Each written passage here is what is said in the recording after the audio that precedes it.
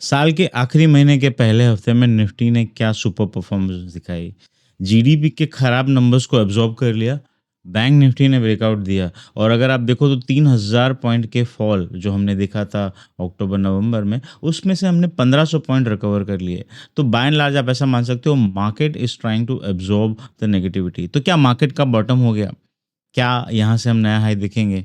और क्या इसका सारे चीज़ों का असर आपके पोर्टफोलियो पे क्या हो सकता है? तो वीकली एनालिसिस वीडियो शुरू करते हैं और इस हफ्ते की एनालिसिस हम स्पेशल रखेंगे क्योंकि लास्ट में हम शायद मिड कैप स्टॉक पे भी रिव्यू करेंगे। तो शुरुआत करते हैं कि हुआ क्या। देखिए, आरबीआई की पॉलिसी थी और आई थिंक पॉलिसी में बाय एंड लार्ज ये एक्सपेक्टेड था कि सम सॉर्ट ऑफ एक्शन लिया जाएगा बिकॉज़ इन्फ्लेशन डेफिनिटली हायर आया था, फूड इन्फ्लेशन ऑलमोस्ट डबल आया था। बट बाय एंड लार्ज जो ग्रोथ है वो स्लो आई थी। मतलब आपका जो 6.5% एक्सपेक्टेशन ऑफ जीडीपी था वो 5.4% आया था। अब आरबीआई के लिए काफ़ी दिक्कतें वाली सिचुएशन थी। मतलब आरबीआई या तो इंटरेस्ट रेट कट करता या तो वो लिक्विडिटी मैनेज करता। अब अगर वो इंटरेस्ट रेट कट करता तो इन्फ्लेशन बढ़ जाता और अगर वो लिक्विडिटी मैनेज करता खाली, तो मेरे हिसाब से मार्केट चेयर नहीं होता। बट आरबीआई ने जो ब्यूटीफुल स्टैंस लिया है, मेरे हिसाब say that is something which everybody loved it. At least उसकी वजह से मार्केट बैलेंस्ड आउट हो गया है। तो जो शक्तिकांता दास जी हैं, शायद उनकी आखिरी पॉलिसी मानी जाएगी। तो उन्होंने इंटरेस्ट रेट कट ना करके सीआरआर कट किया, लेकिन सीआरआर कट जो किया वो 50 बेसिस पॉइंट से किया। So street was expecting 25 basis point का रेट कट और अगर बहुत ज़्यादा हो गया तो शायद 25 बेसिस पॉइंट का interest rate cut which is repo rate cut. But हुआ ये कि उन्होंने 50 बेसिस पॉइंट रेट कट करके बैंकिंग सिस्टम में लिक्विडिटी इन्फ्यूज़ कर दी। तो basically around about 1,20,000 odd crore के आसपास का लिक्विडिटी जो है वो इन्फ्यूज़ हो गया। अब आप ये समझिए सीआरआर होता क्या है? तो CRR is cash reserve ratio. तो अगर मैं बैंक हूँ और आरबीआई ये कहता है कि in order for you to remain solvent and all, आपको एक हमारे पास होल्डिंग मेंटेन करनी होगी जो आपके टोटल नेट्स रिसीट का कितना परसेंटेज होगा। तो दैट इज अमाउंट्स टू 4.5%। मतलब अगर आपके पास 1,00,000 रुपए तो आपको 4,500 आरबीआई के पास रखने पड़ते हैं। अब वो जो रेशियो है वो उन्होंने कम करके 4% कर दिया। तो मतलब 50 बेसिस पॉइंट जो है, आधा परसेंट उनको कम रखना पड़ेगा आरबीआई के। अब ये पैसा अगर वो कम रखते हैं आरबीआई के पास, तो ये पैसा को क्या यूज़ करेंगे? ये पैसे से वो लोन डिस्प्यूज़ करेंगे। बेसिकली क्रेडिट देंगे लोगों को। क्रेडिट देंगे तो उनकी वज़ह से क्या होगा? उनको इंटरेस्ट इनकम आएगी। अब इंटरेस्ट इनकम जो है वो उतनी आएगी क्योंकि इंटरेस्ट रेट तो उन्होंने काटा नहीं, हायर है। तो इसकी वज़ह से बैंक्स पे क्या इम्पैक्ट आती है? बैंक का एनआईएम, एनआईएम मतलब नेट इंटरेस्ट मार्जिन जो है वो बढ़ जाता है। तो बेसिकली अगर मैं पहले 1,00,000 रुपए लोन दे पा रहा था तो अब मैं आधा परसेंट ज़्यादा दे पाऊँगा। तो 1,50,000 ₹1,05,000 के आसपास का मैं लोन अब ये ₹500 जो मैंने एक्स्ट्रा दिए बैंक ने, उसके ऊपर मुझे इंटरेस्ट ज़्यादा ही मिलेगा क्योंकि इंटरेस्ट तो कट नहीं हुआ है। तो बेसिकली रिवर्स रेपो रेट और सीआरआर का मेजर डिफरेंस ये होता है कि सीआरआर सिस्टम में लिक्विडिटी बढ़ाता है बाय वे ऑफ बैंक। सब बैंक के लिए सीआरआर उन्होंने कम कर दिया और अब बैंकिंग के पास वो जो एक्सेस पैसे बचे हैं वो बाँटेंगे, उससे वो इंटरेस्ट कमाएँगे और ये जो इंटरेस्ट कमाएँगे उससे उनका एनआईएम्स बढ़ेगा। एनआईएम मतलब इंटरेस्ट मार्जिन। अब वो बढ़ने से बैंक्स के लिए अच्छा है। तो बाय एंड लार्ज आप ये समझिए मैं क्यों इतना टाइम लेके आपको ये चीज़ समझा रहा हूँ। अगर आरबीआई गवर्नर ने 25 बेसिस पॉइंट कट किया होता, तो मेरे हिसाब से मार्केट नहीं बढ़ता, मार्केट गिर जाता या फिर मार्केट स्टेबल भी नहीं रहता।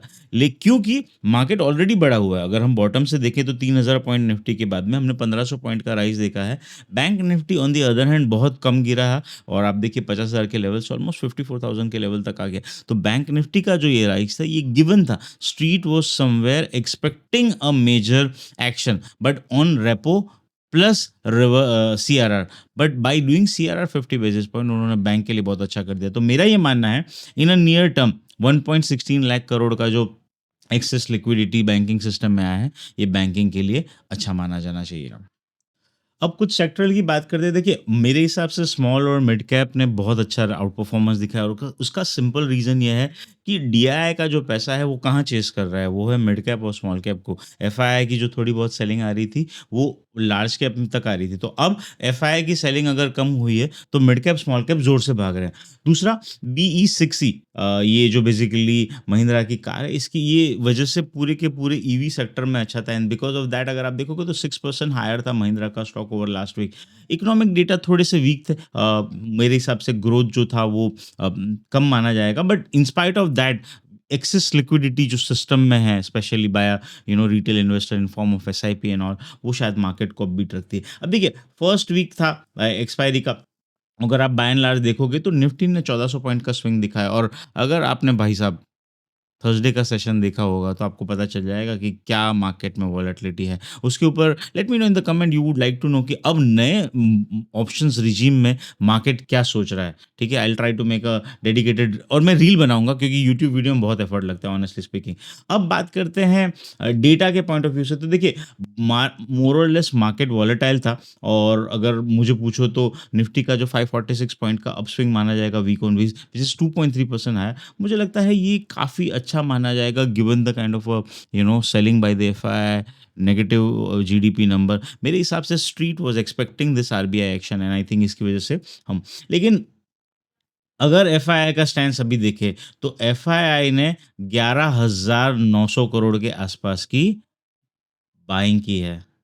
ये एक चीज़ जो है वो बहुत अच्छा था और मुझे पर्सनली पूछो तो मुझे लगता है कि ये एक फैक्टर है जिसकी वजह से मार्केट इनफैक्ट सिमिलर पीरियड में डीआईआई का बहुत बड़ा नंबर नहीं, हम एफआईआई डीआईआई के फिगर को थोड़ी देर में रिव्यू करेंगे। बट आप ये समझिए एफआईआई ने ऑलमोस्ट 12,000 करोड़ की बाइंग की है, मतलब this is something very very big thing too. FII bought about 11,940 crore और डीआईआई का बाइंग फिगर क्या है? 1790 करोड़।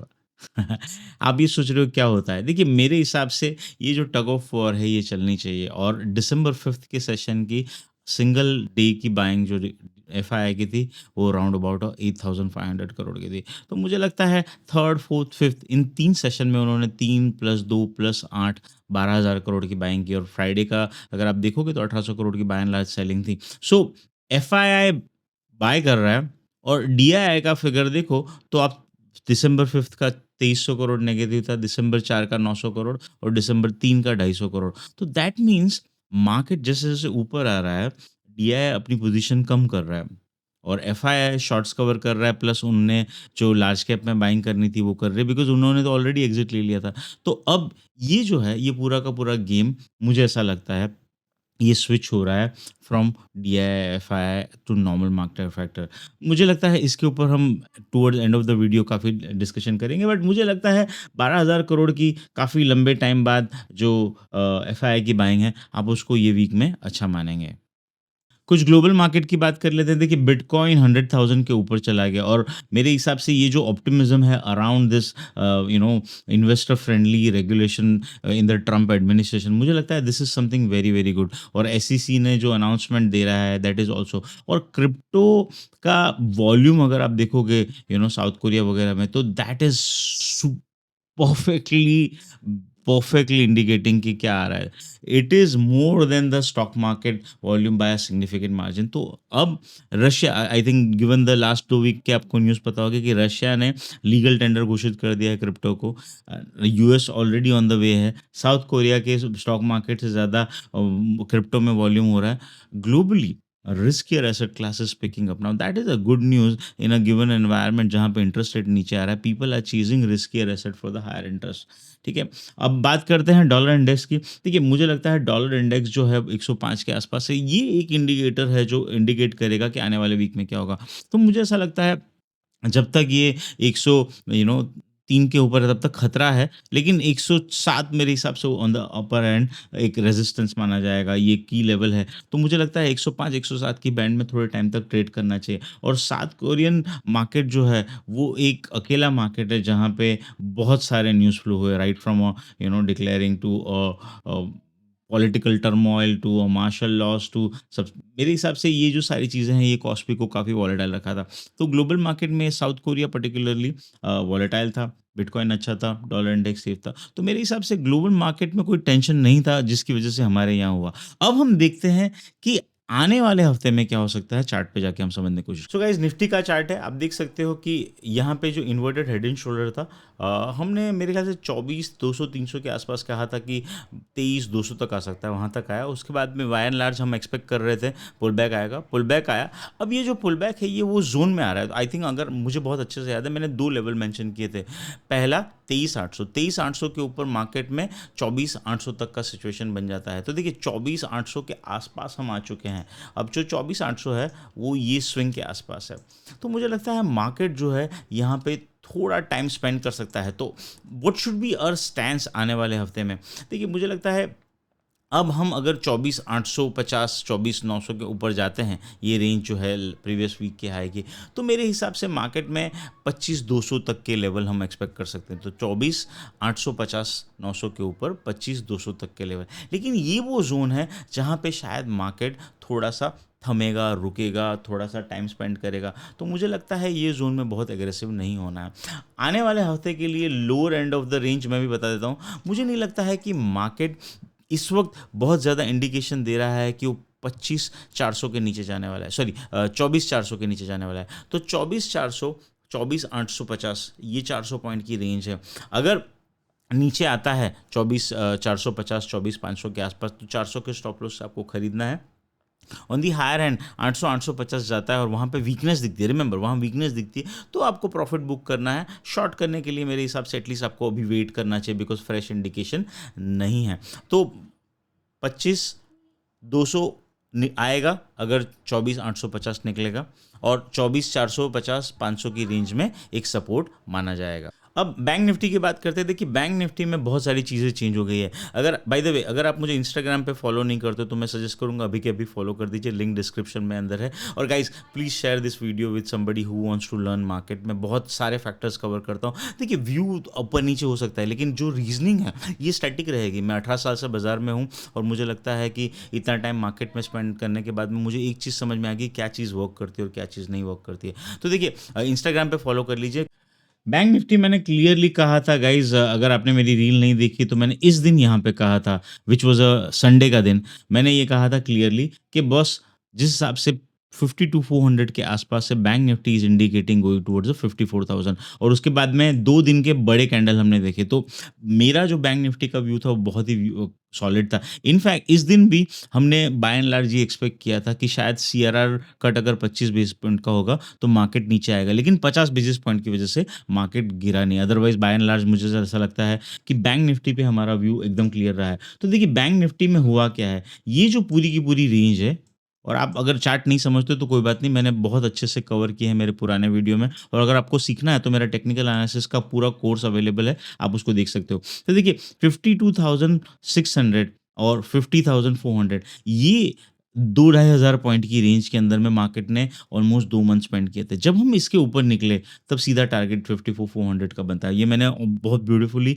1 मिनट के रील में बताया, तो इंस्टाग्राम पे फॉलो कर लेना। अब मुझे लगता है कि यहाँ से बैंक निफ्टी का व्यू बहुत क्लियर है। आने वाले हफ्ते में जब तक हम 52,500 के नीचे नहीं जाते तब तक मंदी नहीं है, तब तक शॉर्ट नहीं है, मतलब तब तक by and large view higher है। 53,500 के आसपास है। मुझे लगता है अगर 53,200 मिले तो आपको एक बार के लिए खरीदना चाहिए, और अगर यहाँ तक आता है 52,800 तक तो डेफिनेटली आपको एक बाइंग की पोजीशन ही बनानी चाहिए। मुझे लगता है आने वाले हफ्ते में बैंक निफ्टी 54,500 की ओर जाना चाहिए। 54,500 54,400 ये नए टाइम के ऑल टाइम हाइज के आसपास जाना चाहिए। रीज़न बहुत सिंपल है, CRR rate cut very good, 1,16,000 crore infusion for the banking system. Interest rate margin banks के बढ़ जाएंगे। HDFC bank all time high पे है। एमएससी रीबैलेंसिंग के बाद में उसमें और महंगाई है। आईसीआईसी के रिजल्ट अच्छे थे, एक्सिस और एसबीआई भी घूम रहे, तो बाय एंड लार्ज बैंक्स अच्छा रहेगा। और अगर मैंने सांवत का वीडियो जो बनाया था अक्टूबर में, तो मैंने यही कहा था कि बैंकिंग बहुत ज़्यादा नहीं गिरेगा, ये मेरा बहुत ही क्लियर स्टैंड था। तो मुझे लगता है बैंक निफ्टी आने वाले हफ्ते में 52,500 के नीचे जाए तो ही खराब है। मुझे नहीं पता क्या होगा, लेकिन उसके नीचे जाए तो ही खराब है। ऊपर में 54,400 देख सकते हैं। एक्शन 53,200 मिलता है, 53 मिलता है तो खरीदना चाहिए विद स्टॉप लॉस ऑफ 52,500। अब आने वाले हफ्ते के कुछ स्टॉक स्पेसिफिक देखते हैं जो मुझे अच्छे लग रहे हैं। देखिए टाटा मोटर्स मुझे लगता है जिस हिसाब से प्राइस एक्शन हुआ है, काफ़ी लंबे टाइम का अंडर परफॉर्मेंस है और EV as a space BE60 के लॉन्च के बाद मुझे लगता है टाटा मोटर भी अच्छा करना चाहिए।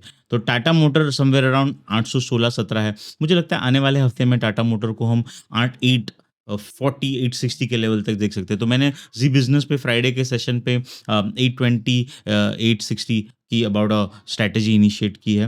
मुझे लगता है कि एज़ अ डिस्क्लेमर हमारे ऐप पे भी हम इन फॉर्म ऑफ स्प्रेड लॉन्ग है। मुझे लगता है टाटा मोटर अच्छा रहना चाहिए, यहाँ पे आप ट्रेड बना सकते हो। स्टॉप लॉस आपका होना चाहिए 780 के नीचे। जो एक स्टॉक और मुझे अच्छा लग रहा है आने वाले हफ्ते के लिए वो है आरईसी। आरईसी की बात करें तो देखिए इसमें बहुत ज़्यादा शॉर्ट्स हैं और जो शॉर्ट्स हैं वो कम हो रहे हैं। अब लॉन्ग जो है वो बनना शुरू होने वाले हैं और ये रेंज के बाहर निकला है। तो आने वाले हफ्ते में अगर आरईसी 605 इट्स कंडीशनल 605 के ऊपर जाता है तो मेरे हिसाब से आरईसी में हम मोमेंटम एक्सपेक्ट कर सकते हैं। 620 625 था तो ये एफ एन ओ ट्रेड हो सकता है। 605 के ऊपर लेना है। स्टॉप लॉस क्या रखेंगे 598 का छोटे से स्टॉप लॉस से आपको ट्रेड करना है। ट्रेड है पूरे वीक नहीं होल्ड करना है। ट्रिगर बेस 605 के ऊपर 598 के स्टॉप के साथ 620 625 के। देखिए जब हम लॉन्ग की बात कर रहे हैं तो कुछ खराब भी लग रहा है स्पेसिफिकली। ये क्या है, ये है आपका कैनफिन होम फाइनेंस।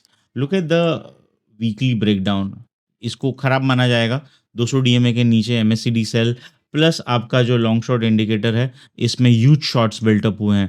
तो देखिए अब लेवल्स की बात कर लेते हैं। लेवल्स क्या करना है, आने वाले हफ्ते में अगर ये स्टॉक में वापस आपको 815 तक के लेवल मिले तो आपको शॉर्ट करना है। आपको स्टॉप कहाँ रखना है, इस कैंडल का है 836 के आसपास। तो 836 के स्टॉप लॉस से 815 810 की रेंज में अगर आप कैनफिन शॉर्ट करते हो, आपका जो टारगेट है वो मिनिमम बनता है नीचे में 760 के आसपास का। तो 760 660 के टारगेट के लिए कैनफिन होम आने वाले हफ्ते के लिए वीक स्टॉक माना जाएगा। शॉर्ट कट करना है पुल बैक पे 815 810 की रेंज में। मेटल में एक स्टॉक जो है मुझे अब अच्छा लग रहा है वो है VDL. What a beautiful candle guys, 501 के आसपास का क्लोजिंग है। मेरे हिसाब से देखिए इसमें सारी चीज़ें जो हैं वो करेक्ट हो रही है। आपका अभी तक तो लॉन्ग बिल्टअप ही नहीं हुआ है। जो अभी तक जो मुँह आया था वो purely on the basis of short covering आया था। तो देखिए मुझे लगता है वीडीएल आने वाले हफ्ते में अगर 485 490 के पास मिलता है, डिप मिलता है। आप सोचोगे डिप कैसे मिलेगा? आपको पेशेंटली वेट करना है, पेपर पे लिख देना है। मैं मेरे ये आईपैड के ऊपर लेवल्स मार्क कर देता हूँ और वो जब आते हैं तब मैं उसको ट्रैक करता हूँ। तो बेसिकली आपको प्राइस देखना है, चार्ट नहीं देखना है।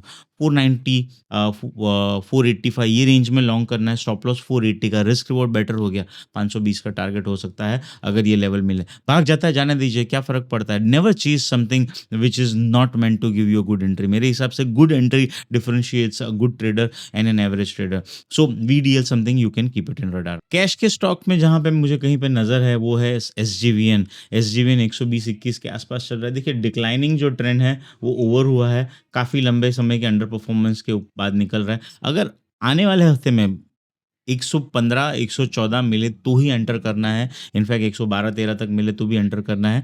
मेरे हिसाब से स्टॉप लॉस आपको 108 के आसपास का रखना होगा और मुझे लगता है 136 तक के टारगेट जा सकते होंगे। कैश के स्टॉक्स में मुझे जो एक स्टॉक और अच्छा लग रहा है वो पीबी फिनटेक है। मोमेंटम है, काफ़ी बड़ा हुआ है, लेकिन मुझे लगता है यहाँ पे भी अगर 50-100 रुपए की पुल बैक आता है तो आप इसको ट्रेड के लिहाज से ले सकते हो। रेलटेल, आईआरएफसी ये वो 2 शेयर है जो काफ़ी लंबे समय बाद वापस घूम रहे हैं, तो यहाँ पे भी नज़र रखनी है। स्पेसिफिकली आईआरएफसी, मुझे लगता है आईआरएफसी अगर 160 के ऊपर जाता है गाइज़ तो 180 तक जाएगा। तो गाइज़ आप समझिए मैंने काफ़ी सारे स्टॉक्स के ऊपर डिस्कस किया, मार्केट के ऊपर डिस्कस किया, रेपो रेट के ऊपर बात किया, जीडीपी के ऊपर बात किया, मार्केट का व्यू दिया। आई होप ये पूरा होलिस्टिक व्यू आपको हेल्प करेगा आने वाले हफ्ते को ट्रेड करने के लिए। तो please share, comment and like this video and share as much as you can. Guys, help our channel grow to 100,000. इस साल में हमें एटलीस्ट 5 लाख तक जाना है तो जर्नी हम शुरू करते हैं। Thank you so much, wish you have a good day and please let me know in the comment आप क्या सीखना चाहोगे। मैं कोशिश करता हूँ कि कुछ वीडियोस बना पाऊँ आपके लिए और बाकी का सारा कंटेंट मैं मेरे इंस्टाग्राम पे शेयर करता हूँ। तो if you are not following please follow that. Thank you so much, bye bye, have a great week.